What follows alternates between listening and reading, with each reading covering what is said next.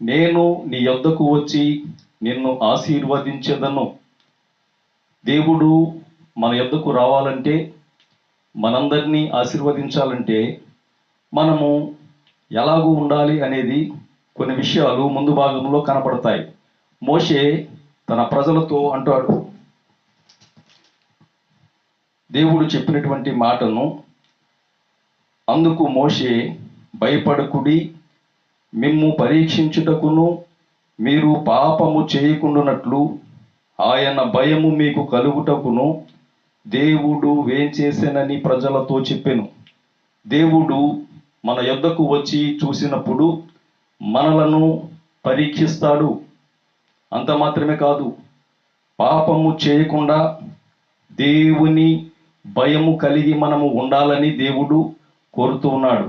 ప్రియులారా, అయితే దేవుడు మన యొద్దకు వచ్చినప్పుడు మనము ఎలాగూ ఉండాలి అంటే, ఆయన ఎంతటి పరిశుద్ధుడో అంతే పరిశుద్ధముగా మన జీవితాలు ఉండాలి. ప్రియులారా, మనం ఎవరైనా బంధువులు మన యొద్దకు వచ్చినప్పుడు లేక మన ఇంటికి వచ్చినప్పుడు చాలా ప్రతి వస్తువులను శుభ్రం చేసుకుని చాలా నీట్గా ఉంచడానికి ప్రయత్నం చేస్తాం.